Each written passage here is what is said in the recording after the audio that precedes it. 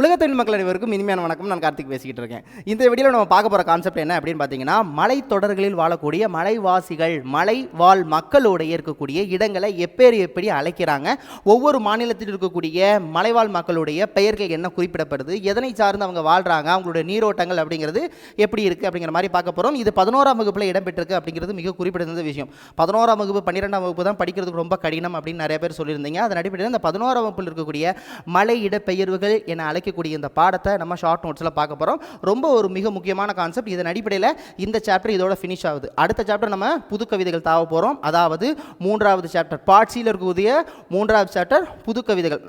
அதாவது உங்களுக்கு தெரியும், நான் பின்னாடி சொல்லும்போது வரும். ஸோ சாப்டர் புது கவிதை அப்படிங்கிறத அடுத்த வீடியோவில் பார்க்க போகிறோம். இப்போ இந்த வீடியோவில் நம்ம பார்க்க போகிறது என்ன அப்படின்னு பார்த்தீங்கன்னா, மலை இடப்பெயர்வுகள் ஒரு ஆய்வு. இதனை தொகுத்து நம்மளுக்கு கொடுத்தது யார் அப்படின்னு பார்த்தீங்கன்னா, ஸோ பாலகிருஷ்ணன் அவர்கள், பாலகிருஷ்ணன். ஸோ அதனால் கேள்விகள் கேட்கறதுக்கு நிறைய வாய்ப்புகள் இருக்குது. ஸோ என்ன ஃபஸ்ட்டு அப்படின்னு பார்த்தீங்கன்னா, மலை இடப்பெயர்வுகள் குறிப்பீடுகள் ஒரு ஆய்வு எழுதியவர் யார் அப்படின்னு பார்த்தீங்கன்னா பாலகிருஷ்ணன் அப்படின்னு நம்ம சொல்லிடணும். ஸோ இதில் சொல்லக்கூடிய விஷயம் ரொம்ப ஈஸி தான். ஒவ்வொரு மாநிலத்தில் இருக்கக்கூடிய பெயர்கள் என்னன்னு தெரிஞ்சுக்கிட்டாலே இந்த கான்செப்ட் சீக்கிரம் முடிஞ்சிடும். சரிங்களா? டக்குன்னு பார்த்தலாமா? எஸ், ஃபைன், வாங்க. ஸோ ஃபஸ்ட் எடுத்தோன்னே அவங்க என்ன சொல்லியிருக்காங்க அப்படின்னு பார்த்தீங்கன்னா, மனித சமூகத்தின் ஆதி நிலம் அப்படிங்கிறது என்ன அப்படின்னு பார்த்தீங்கன்னா மலை தான். ஸோ மலையில் தான் ஆதி மனிதர்கள் இருந்ததாக சொல்கிறாங்க. அதுதான் மலை பகுதிகளில் இருக்கக்கூடியது. நல்லா தெரியும் நம்மளுக்கு குறிஞ்சி அப்படின்னு நம்ம சொல்கிறோம்.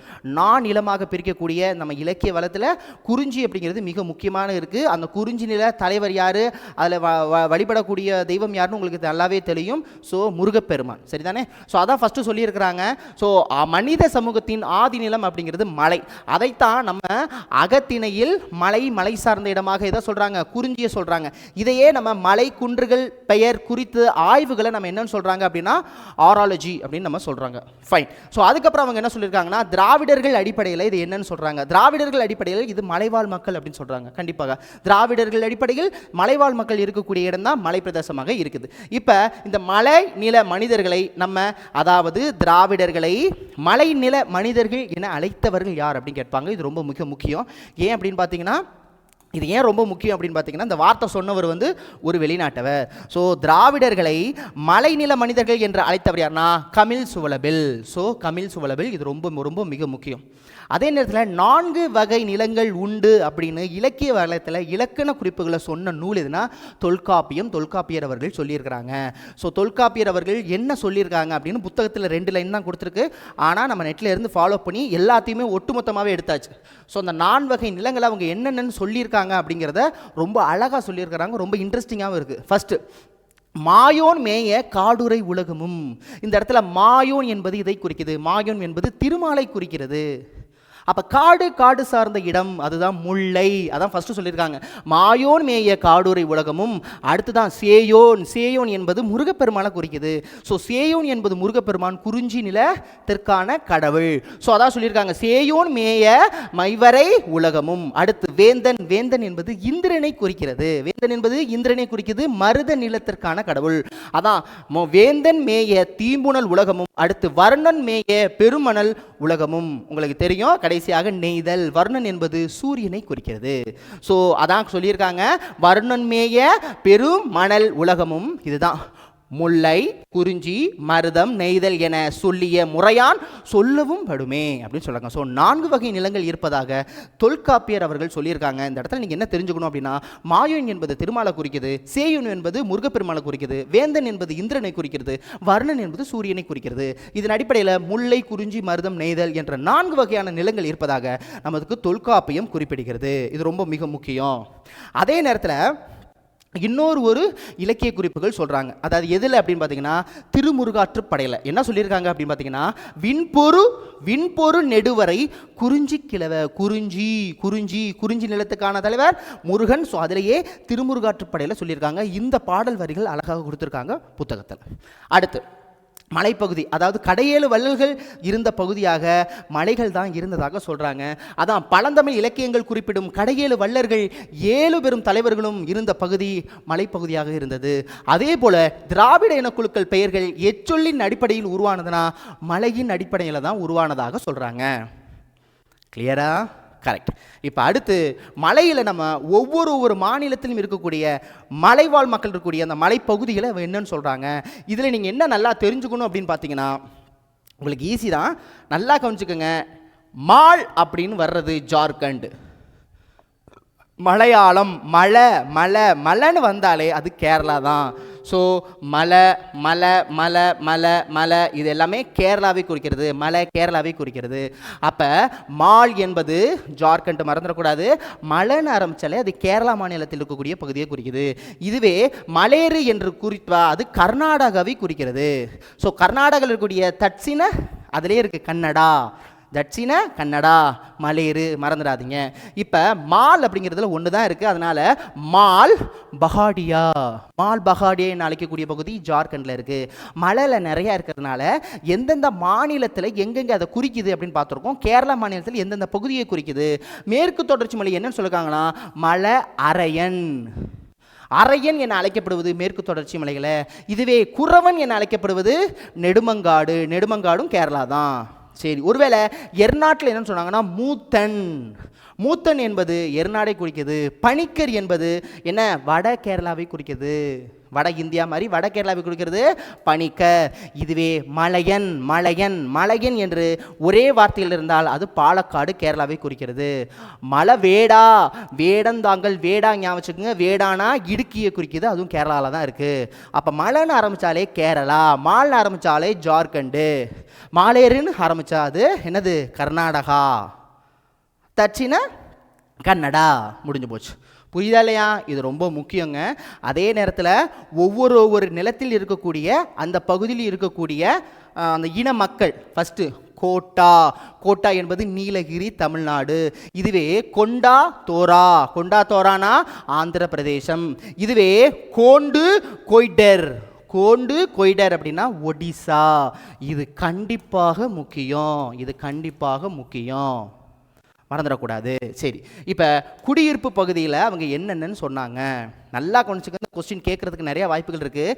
நம்ம நீலகிரியில் இருக்கக்கூடிய தோடர் இனத்தவர் இருக்காருங்க பார்த்தீங்களா, அவங்க எதை புனித இடமாக கொண்டிருக்காங்க அப்படின்னா பால் எருமை கொட்டிகள், பால் எருமை, இதை கொட்டில் அப்படின்னு சொல்லுவாங்க. கொட்டில் அப்படின்னா என்னென்னா, கொட்டிலாம் மிக உயர்ந்த இடத்தில், அதாவது இப்போ எரும மாடு மேய்க்கிறதுக்கான தீவனங்கள் அது வசிக்க இருக்கக்கூடிய ஒரு இடத்த சொல்லுவாங்க இல்லையா, அதைத்தான் கொட்டில் அப்படின்னு சொல்கிறாங்க.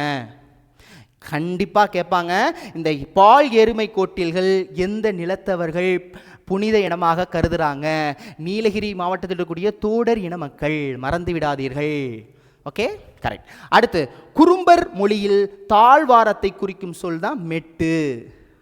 அவங்க நம்ம மேடுன்னு சொல்கிறோம்ல, அப்போ மேடுனா உயரம், அப்போ தாழ்வான இடத்தை அவங்க என்னன்னு சொல்கிறாங்க மெட்டு. மேடு மெட்டு என்று தாழ்வான இடத்தில் அவங்க குறும்பர மொழியில் சொல்கிறாங்க. இது ரொம்ப முக்கியம். குறும்பர் மொழியில் ஆந்திராவிலும் ஒடிசாவிலும் உள்ள திராவிட பழங்குடியினரை என்னன்னு சொல்கிறாங்க ஐதாப்பு. என்ன பூ? ஐதாப்பு. ஸோ ஆந்திரா மற்றும் ஒடிசாவில் ஐதாப்பு என்று குறிப்பிடுகிறார்கள், மறந்துடவே கூடாது. சரிங்களா? அடுத்து இது உங்களுக்கு நல்லாவே தெரிஞ்சிருக்கும். திராவிட பழங்குடியினர்கள் வாழ்விட வடிவமைப்பிலையும் வாழ்வியலுக்கும் உயரமான இடங்கள் எந்தெந்த இடம்? உயரமான மேடை, திண்ணை அமைச்சாங்க, சுற்றுச்சுவர்கள் அமைச்சாங்க, மேலோடை நீர். அவங்க நீர் அவங்க மேலே இருக்கிறாங்க, அப்போ அவங்களுக்கான நீரோட்டம்ங்கிறது ஆற்றுப்படுகையில் இருக்கக்கூடிய நீரை தான் அவங்க தனது ஆதாரமாக எடுத்துக்கொண்டார்கள். அதை தான் சொல்லியிருக்காங்க. அடுத்து இதில் பாண்டிய நாட்டு மன்னனை மட்டும் என்னென்ன அணைப்பாங்க அப்படின்னா மலையத்துவஜ. என்னது? மலையத்துவஜ அப்படின்னு அழைப்பாங்க. எந்த மன்னனை? பாண்டிய மன்னனை. இப்போ திராவிட சொல்லில் மலை அப்படிங்கிறத சமஸ்கிருத சொல்லலை மலைய அப்படின்னு சொல்கிறாங்க. அதுதான் இந்த மலையத்துவஜ. அப்போ மலையில் வீற்றிருக்கும் மன்னன் பாண்டிய மன்னன் அப்படின்னு நம்ம வச்சுக்கலாம். புரியுதா? அப்போ மலையத்துவஜ என அழைக்கக்கூடிய மன்னன் பாண்டிய மன்னன். இதுவே மலைன்னு நம்ம திராவிட சொல்லும், இதே சமஸ்கிருத சொல் மலைய. வடமொழியில் மலைய என்பதற்கான பொருள் என்னன்னா மலபாருக்கு மேற்கே உள்ள மலை என்று பொருள். மலபாருக்கு மேற்கே உள்ள மலையத்தான் அவங்க மலைய அப்படின்னு சொல்கிறாங்க. கிளியரா? கரெக்டா? கரெக்ட். அடுத்து தமிழில் குறிஞ்சி நிலம் தொடர்பான சொற்களில் மலை என்பது உயரமானது, மலை என்பது உயரமானது என்றும் குன்று என்பது உயரம் குறைந்தது. மலை என்பது உயரமானது என்றும் குன்று என்பது உயரம் குறைந்தது என்றும் பொருள்படும் அப்படின்னு சொல்லியிருக்காங்க. இப்போ உச்சி முதல் பாதம் வரை அப்படின்னு நம்ம சொல்லுவோம் இல்லையா, உச்சி முதல் பாதம் வரை அப்படி அந்த வரை என்பதற்கான பொருள் என்ன? தமிழ் மொழியில் வரை என்பதற்கான பொருள் கோடு, மலை, சிகரம் வரைக்கான பொருள், நல்லா கொஞ்சம் வரை என்பதற்கான பொருள். கோடு, மலை, சிகரம், விளிம்பு, இதைத்தான் நம்ம எடுத்துக்குவோம். விளிம்பு, அந்த விளிம்பு வரை, அதான் விளிம்பு. கரை, எல்லை, நுனி சொல்லலாம் இல்லையா, அதைத்தான் நுனி முதல் அடிவரை என்று வரை என்பதற்கான பொருள் என்னன்னா விளிம்பு. இப்போ நம்ம தமிழ்நாட்டில் மேக்சிமம் நம்ம என்ன பண்ணுவோம், மலை தான். திருவண்ணாமலை, திருவண்ணாமலை, நம்ம மலைங்கிறத நம்ம பயன்படுத்திக்கிட்டே இருக்கோம். ஒவ்வொரு ஊர் பெயர்களையும் பயன்படுத்திக்கிட்டே இருக்கோம். மலை என்பது பின்னாடி வரும், முன்னாடி வரும். திருவண்ணாமலைங்கிறது பின்னாடி வருது. அப்போ அவங்க தான் சொல்லியிருக்காங்க, தமிழ்நாட்டில் மட்டும் மலை என்ற சொல் எத்தனை இடப்பெயர்களில் முன்னோட்டமாக முன்னாடி இருக்கிறது? 17, வெறும் 17. மலையரசான் பட்டி சொல்லலாம். இப்போ மலைங்கிறது முன்னாடியாக இருக்கிறது மொத்தம் 17 இடத்துல. ஆனால் பின்னாடி இருக்கிறது விராலிமலை சொல்லலாம் இல்லையா. அப்போ பின்னோட்டமாக இருப்பது 84. அப்போ இது 17, இது 84. அப்போ மலைங்கிற பேரை நம்ம அதிகபட்சமாக பின்னோட்டமாக தான் பயன்படுத்துகிறோம். திருவண்ணாமலை, விராலிமலை இந்த மாதிரி பின்னோக்கி தான் நம்ம பயன்படுத்திக்கிட்டு இருக்கோம் அதிகமாக. எஸ். அடுத்து ஆந்திர மாநிலத்தில் மல் என்ற வேர் சொல், மல் என்ற வேர் சொல் ஐகார ஈறு பெற்ற மலை, ஒன்றும் இல்லை, மல் தான் மலை என வழங்கப்படுதுங்கிறாங்க. இதைத்தான் மலா அப்படின்னு அவங்க சொல்கிறாங்க. மலாங்கிறது ஆகார ஈறு பெற்று மலா என்று பொருள்படுகிறது அப்படின்னு அவங்க சொல்கிறாங்க. மலா. கர்நாடகத்தில் இது ரொம்ப முக்கியங்க. மலை என்ற வடிவம் தோணிமலை என்னும் இடப்பெயர்கள் ஒரே ஒரு இடத்துல தான் இருக்குது. புரிகிற மாதிரி சொல்லணும், கர்நாடகாவில் நம்ம திராவிடில் இருக்கக்கூடிய மலை என்ற அந்த தமிழ் சொல்லிருக்க மலை, தோணிமலை அப்படிங்கிற ஒரே இடத்துல தான் இருக்கான். ஸோ கர்நாடகத்தில் மலை என்ற பெயரில் இருக்கக்கூடிய மலை அப்படின்னா தோணிமலை. இது எங்கே இருக்குது? கர்நாடகத்தில் இருக்குது. ஏன் நான் இதை அழுத்தி சொல்கிறாங்கன்னா, அடுத்து கர்நாடக மலையை குறிக்கக்கூடிய மற்றொரு சொல்லான மலே என்பது எத்தனை இடத்துல? 15 சொல்லியிருக்காங்க. இது ரொம்ப முக்கியம் இல்லை, தெரிஞ்சுக்கங்க. அடுத்து 10 மலை விகுதி இடப்பெயர்கள் எந்த மாநிலத்தில் இருக்குது? 10 மலை விகுதி விகுதினா கடைசி பகுதி விகுதி. அப்போ கேரளாவில் மலைன்னு எத்தனை இடத்துல இருக்குது? ஸோ 10. இங்கே கர்நாடகாவில் குறிக்கும் மலை அப்படிங்கிற சொல் 15. கர்நாடகாவில் தோணிமலைன்னு ஒரே ஒரு இடத்துல தான் இருக்குது. இங்கே கேரளாவில் 10 இடத்துல இருக்குது, மறந்துடாதீங்க. கிளியர் தானே? எஸ். அடுத்து மலை எனப்படும் சொற்கள் தென்னிந்தியாவில் எந்த ஒரு மாநிலத்திலும் முன்னோட்டமாகவோ பின்னோட்டமாகவோ வருகின்றனவே அன்றி தனி சொல்லாக வழங்கப்படவில்லை. புரியலை சார் நீங்கள் கர்நாடகாவை எடுத்துக்கங்க, கேரளாவை எடுத்துங்க. கேரளாவில் மலைன்னு 10 தடவை வருதுன்னு சொல்லிட்டீங்க, நம்மளுக்கு 17, 84 சொல்லிட்டீங்க. மலைன்னு மட்டும் தனியாக ஒரு கிராமமோ ஊரோ இல்லை, வெறும் மலை. திருவண்ணாமலை, விராலிமலை, மலை வரலாம், முன்னோட்டமாக பின்னோட்டமாக வரலாமே ஒழிய தனி சொல்லாக வரவில்லை அப்படின்னு அவங்க சொல்கிறாங்க. கோட்டைன்னா உங்களுக்கு தெரியும். ஸோ தமிழ் மொழியில் கோட்டை என்றால் என்ன? ஸோ காவல்கள் இருக்கக்கூடிய காவல் பகுதி கண்டிப்பாக இருப்பாங்க. காவல் மிகுந்த காப்பரன் கொண்ட மதில் சுவர்களால் சூழப்பட்ட ஒரு வகையான கட்டமைப்பாக தான் கோட்டை சொல்லலாம் இல்லையா? எஸ். இப்போ திராவிட வேர் சொல் அகராதியில் கோட்டை என்ற சொல்லோடு தொடர்புடைய பல்வேறு திராவிட மொழி சொற்கள் என்னென்ன? கோட்டை அப்படின்னு நம்ம தமிழில் சொல்லுவோம். கோட்டையை என்னென்ன சொல்லலாம்? தமிழில் கோட்டைன்னு கோட்டை கோடுன்னு சொல்லலாம். இதுவே மலையாளத்தில் கோட்டை டை அப்படிங்கிறத வார்த்தையை அவங்க யூஸ் பண்ண, கோட்டை கோடு. மலையாளத்தில் நமக்கும் டை அதான் வித்தியாசம். சரி. இதுவே கன்னடத்தில் கோட்டை, இது கோண்டே, கன்னடாவில் டேன்னு சொல்கிறாங்க. இதுவே தெலுங்கில் கோட்டை தான், கோட்டை. ஸோ அடுத்து துளுவில் கோட்டே, அதாவது துளுவும் கன்னடமும் ஒன்று, தெலுங்கு மலையாளமும் ஒன்று. இதுவே தோடால மட்டும் குவாட் அப்படின்னு சொல்கிறாங்க, குவாட். அப்போ கோட்டை என்று முடியும் எத்தனை இடப்பெயர்கள் தமிழ்நாட்டில் உள்ளதுன்னா பாருங்கள், நாட்டரசான் கோட்டை, எல்லாம் கோட்டை நிறையா வரும். சரிங்களா? டக்குன்னு வர்றது நாட்டரசான் கோட்டை தான் எனக்கு வருது. சரிங்களா? ஸோ 248 இடங்களில் கோட்டை அப்படின்னு சொல்கிறாங்க தமிழ்நாட்டில். சரிங்களா? அப்போ மலையை விட கோட்டை தான் அதிகமாக இருக்குது. சரி. எது இயற்கை அரண்கள் மதில் சுவர்களால் அமைந்த செயற்கையான கோட்டைகளை விடவும் தொன்மையானது அப்படின்னு சொல்கிறது மலையரண். அதாவது கோட்டைக்கு முன்னாடி ஒரு மதில் சுவர்களால் அமைத்த ஒரு செயற்கையான ஒரு கோட்டையை விடவும் தொன்மையானது எதுன்னு கேட்டால் மலையரண், இன்னொன்று காட்டரன். மலையரண் காட்டரன் ரொம்ப முக்கியம், தெரியுது அவங்களுக்கு. அடுத்து கோடு என்ற தமிழ் சொல் எதை சொல்கிறாங்க? மலையுச்சி. கோடு நம்ம பார்த்தோம்ல, கோட்டை மற்றும் கோடு, அது கோட்டை மற்றும் கோடு மலையாளத்தில் பார்த்தோம் இல்லையா? அந்த கோடு அப்படின்னு சொல்லக்கூடியது மலையுச்சின்னு சொல்லலாம், சிகரம்னு சொல்லலாம், மலைன்னு சொல்லலாம், வல்லரன்னு சொல்லலாம், கோட்டைன்னு சொல்லலாம். கோடு என்பதுக்கு கோட்டை. கோட்டை எனும் தமிழ் சொல் மலை என்பதை குறிக்கிறது. மலை என்பதை குறிக்கிறது. இப்போ அடுத்து நம்ம பார்க்க போகிறதா ரொம்ப இன்ட்ரெஸ்டிங். இவர் ஆய்வில், சரிங்களா, இவர் ஆய்வில் சொன்னக்கூடிய விஷயம் என்ன சொல்கிறாங்க பாருங்கள். கேவிடி காம்ப்ளெக்ஸ் என்ன குறிக்குது? கேவிடியா? K for Korkai, V for Vanji, T for Thondi. இந்த கேவிடி காம்ப்ளெக்ஸ் என்ன குறிப்பது எதுன்னு கேட்டு வச்சிடலாம். ஸோ பழந்தமிழர்கள் அரசியல், பொருளியல் மற்றும் பண்பாட்டு உருவாக்குவதற்கு விளைவாக சங்க இலக்கியத்தில் காட்டக்கூடிய மிக முக்கியமான ஒரு துறைமுகம்னா இது 3 தான்: கொற்கை, வஞ்சி, எனது தொண்டி. அதைத்தான் கேவிடி காம்ப்ளெக்ஸ் அப்படின்னு அவங்க சொல்கிறாங்க. முடிஞ்சு போச்சு. இப்போ முக்கியமாக திராவிட சொற்கள் ஒவ்வொரு மாநிலத்தில் எந்த மாவட்டத்தில் இருக்குன்னு சொல்கிறாங்க? வரை, மலா, மலை அப்படின்னு அவங்க சொல்கிறாங்க. எந்தெந்த மாநிலத்தில் இந்த மாவட்டத்தில் இருக்குது. இது ஜஸ்ட் நீங்கள் தெரிஞ்சுக்கிட்டா போதும். மனப்பாடம், ரொம்ப மனப்பாடம்லாம் பண்ண வேண்டாம், சரிங்களா? சொல்லிடலாம். உத்தரகாண்ட் அப்படிங்கிறதுல சமோலி அப்படிங்கிற இடத்துல இருக்குது. ஜார்க்கண்டில் கும்லா அப்படிங்கிற இடத்துல இருக்குது, என்னது? மலை. உத்தரப்பிரதேசில் என்னது? ஜவுன்பூர் அப்படிங்கிற இடத்துல இருக்குது. இதை நீங்கள் மனப்பாடம் பண்ண வேண்டாம். வரை அப்படிங்கிறது குஜராத், என்னது? வல்சட், ஓகேங்களா? இதுவே மகாராஷ்டிரில் தானே. இதுவே ஹிமாச்சல் பிரதேசில் காங்க்ரா, என்னது? காங்க்ரா, சரிங்களா? இதுவே மலா அப்படிங்கிறது பஞ்சாப், ராஜஸ்தான், கர்நாடகா. பஞ்சாபில் ஜலந்தர் அப்படிங்கிற இடத்துல இருக்குது. ராஜஸ்தான் அஜ்மீர் அப்படிங்கிற இடத்துல இருக்குது. கர்நாடகாவில் உடுப்பி அப்படிங்கிற இடத்துல இருக்குது. இதை வந்து நீங்கள் மனப்பாடம் தயவு செஞ்சு பண்ண வேண்டாம். எந்தெந்த இடத்துல இருக்குன்னு மட்டும் ஞாபகம் வச்சுக்கோங்க, சரிங்களா? எஸ், இது வந்து அவங்க வெளியிட்ட ஒவ்வொரு அதாவது சிந்து வெளியில் இன்றும் தமிழ் ஊர் பெயர்கள் எங்கெங்கே இருக்குது அப்படிங்கிற மாதிரி சொல்லுவாங்க. இது எல்லாமே கொற்கை அப்படிங்கிறது ஹரப்பாவில் இருக்குது.